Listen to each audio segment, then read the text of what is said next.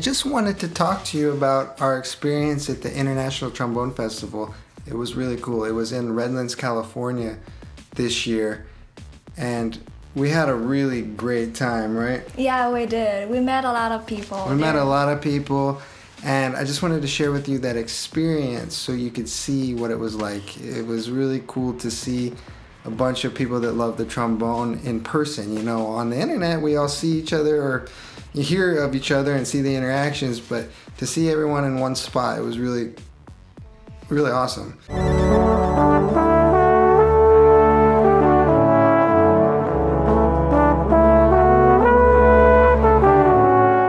Started off, I had a rehearsal with Christopher Bill. I finally met Christopher Bill for the first time in person, and we had a rehearsal, himself, our friend Domenico, and Alex Isles and Aubrey Logan, and we did a little performance together. Are you What's up, people? We're live. Oh, no. My people are gonna look at Chris's people. Hey guys, hold on. Some sort of disclaimer. What do you guys think of each other? How many 100,000 people we got watching right now? All right. Some. Yeah. Man, I mean, where's my horn? I feel left out. Everybody start playing. Okay. Wow, people are getting rolling here.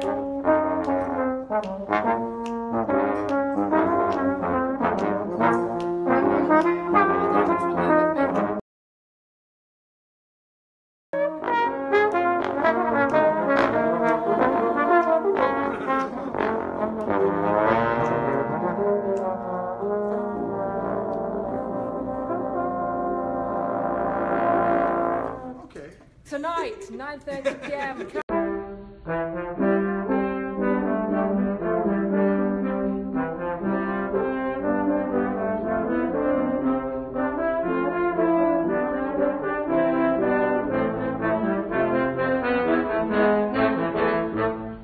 The first thing after the rehearsal on Thursday night was Wednesday morning I did a clinic on solo playing, right? Yeah, that was it. Yeah, I did a clinic on solo playing and how to go about doing different approaches and techniques to solo playing. And I basically talked about how it's good to have a mental map of what you want to do before you play, and if you can become a strong solo player, you're only going to be better when you get together with other instrumentalists. You're only going to be stronger. So I did a little presentation on that, and it was really fun. A lot of great people came. And the campus was absolutely beautiful. I don't know if you know of the Redlands campus, but it was really a really special place. And the way it was organized really well. We really had a good time. Not able to do everything you want to do, so you got to pick certain things that you want to do and just roll with it. You're gonna be overwhelmed, but it's a good thing because there's so much information out there. And then Wednesday night we had that performance that we rehearsed on Tuesday night, and that was a really great performance, and we had some special guests. Wycliffe Gordon came and sat in on us, and I don't even know if anyone videotaped that, but they should have. It was fun, right? Yeah, I saw him, yeah. And that's what I love about it, is every person affiliated or associated with the trombone is there. Whether what generation they're from, what style they're from, they're all in the same place.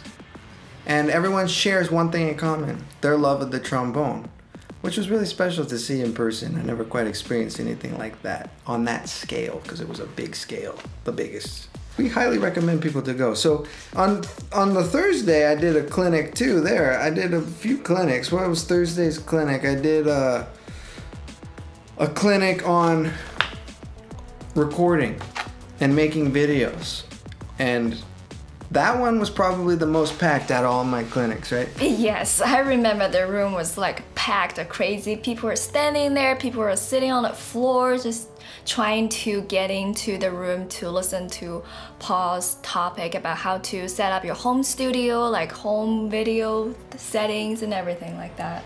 Yeah, it's basically how to set up your home studio and just a little insight. You can't get into too much detail in 45 minutes to an hour clinic. You can only do so much, so it's just a little overview of everything. But it was really fun. And then we saw our buddy Kevin Hicks. He did a clinic on his little trombone visualizer thing. So I'm gonna probably have him on the show in the future to talk a little bit more about that. That was really fun. Beanie Little and Tommy Dorsey and the jazz and the influence on the Tomasi trombone concerto. Fascinating lecture, fascinating presentation. You had a really amazing group of trombonists in that ensemble for her arrangement of I'm Getting Sentimental Over You.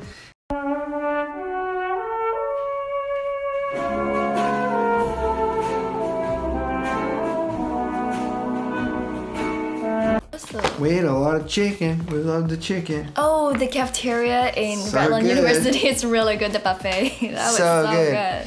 Yeah, so then Thursday night was fun. Most of my stuff and the stuff I was affiliated with just coincidentally was all in the same room. Yeah, I remember that was Casa Loma room. It's called the Casa Loma room. So I was basically just kind of set up there where I didn't have to move around too much. It kind of made it nice, so I just always knew where to be. So then Thursday night I played with Scott Whitfield's big band, which was just awesome. We had really great trombone section.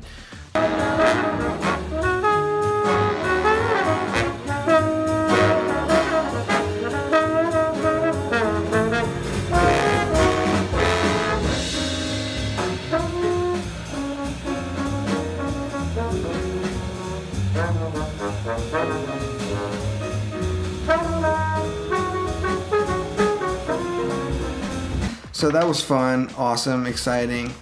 Then the next day, really early clinic I did on Friday. Did a clinic on my perspective on improvising and how I just think about improvising and everything, and that was really fun. I think people enjoyed it because one-on-one and there's people, they can ask questions and we can get into a lot of cool topics in a way that we can't necessarily do on the internet, but I guess we can now with the live streams. Yeah, I guess people can just type in their questions and then you can just answer it. Yes. But it's still quite a little different when you meet with the person, you know, in-person meeting, and then you have like a face-to-face talk. It's different. It's different. It's different. But it's fun. It's fun. Then I did a workshop with the Junior Festival, the ITA Junior of the youngsters that were learning, and I just talked about how I view how music's organized and how to break down music in your mind so you know a clear path on where you need to get to the next level. And that was really fun to meet all those wonderful students. There are some really good ones. And the future's bright for the trombone for sure. Then there was some amazing stuff we got to go to. We went to see the studio session in the Memorial Chapel, which was really amazing time. Had Bill Rockenbach, Steve Holtman, Alex Isles, Andy Martin, Phil Keen, Alan Kaplan, and Steve Trapani. Awesome. And they basically kind of showed you what a studio session was like in real life on the stage of what they would do in a studio session for a movie or a film or a video game.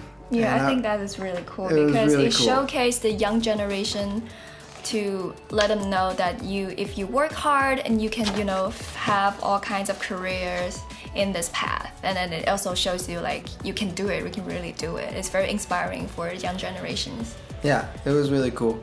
And there's a lot of stuff I unfortunately, because of the way the schedule was, I couldn't make it. But I know that like my friend Bob McChesney was doing stuff. I know that all kinds of people were doing stuff. And I wish I could have made it all, but there's just impossible just the way the schedule, you know, was.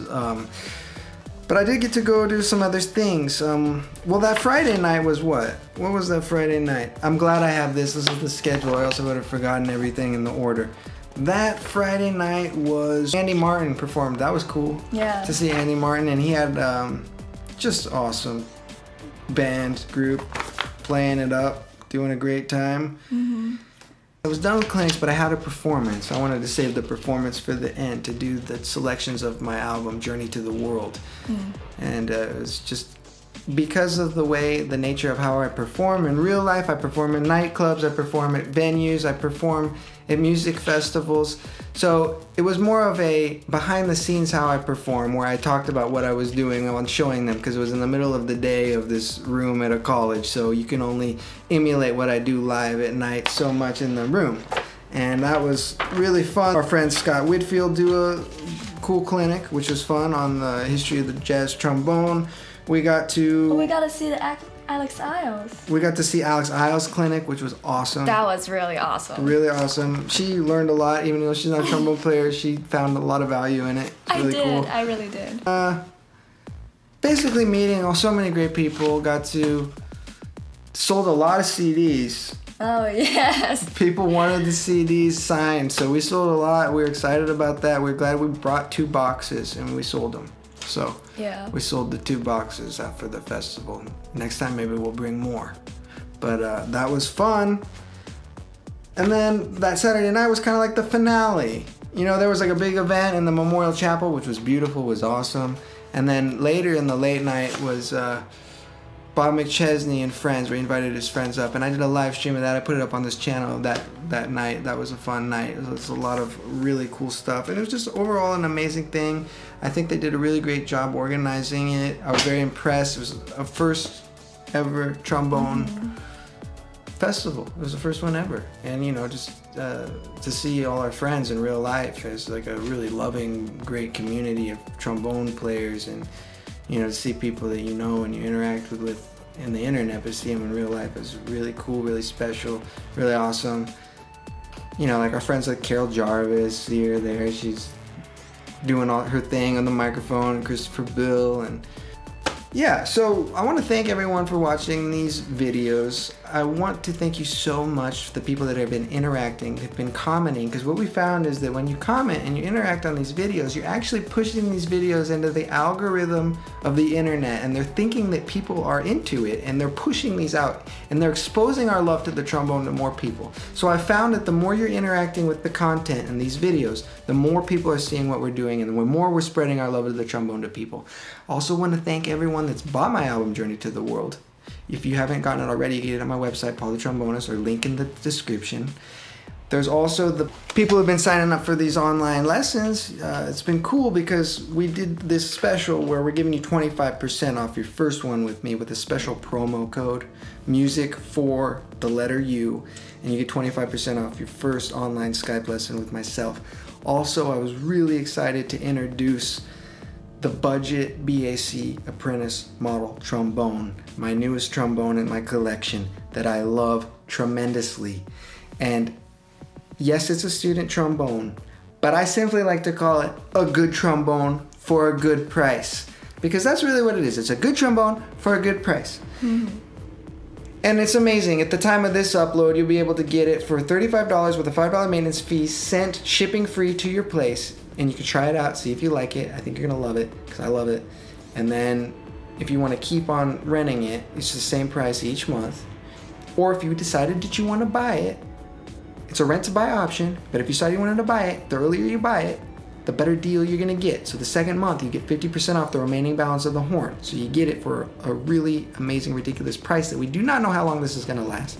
But I wanted to do something for my fans that wanted a good horn for a good price, and we finally worked it out, and there's many videos that I've been putting up talking about this, demonstrating this trombone, putting it up on the channel so you can see for yourself, okay? And, or you could just continue to rent it until the full balance is paid off. Or you could just, there's many ways you can approach this. It's all there on paulthetrombonist.com. You click the rent/buy tab. Is there anything else we want to say? Yeah, I just wanted to say that it's really, you know, I've been looking at this along the way, so you really like, you know, try it out to see, find a good trombone for you know, your fans, so that they can have a good trombone with a reasonable price that they can play with. Yeah. And then that's really good. Yeah, because not everyone has the many Like thousands really of big budget dollars for to that. be getting a good horn. So really wanted to work it out where you get a good horn for a good price, and I think we finally came up with a great option for you, and I think you'll be pleasantly surprised. So that's all there is to it today, folks. This is Paul the Trombonist, signing off.